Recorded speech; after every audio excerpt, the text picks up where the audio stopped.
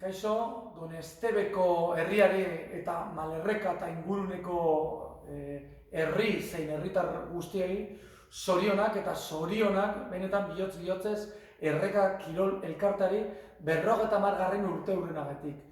Erreka Kirol Elkarte honek nik aintzat hartuta egon nazen urte guztietan bereixiak zare, bereixiak. Benetan ederra da bertako giroa eta bertako eskaintza.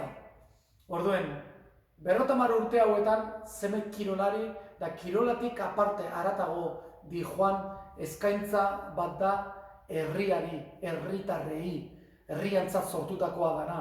Beraz, zorionak bihotz-bihotzez, apartak zariela, mundialak zariela, autentikoak zariela, eta beste 50 urte opa dutzuet, zorionak Erreka Kirol Elkarteari eta bertako lagun guztioi, aupai!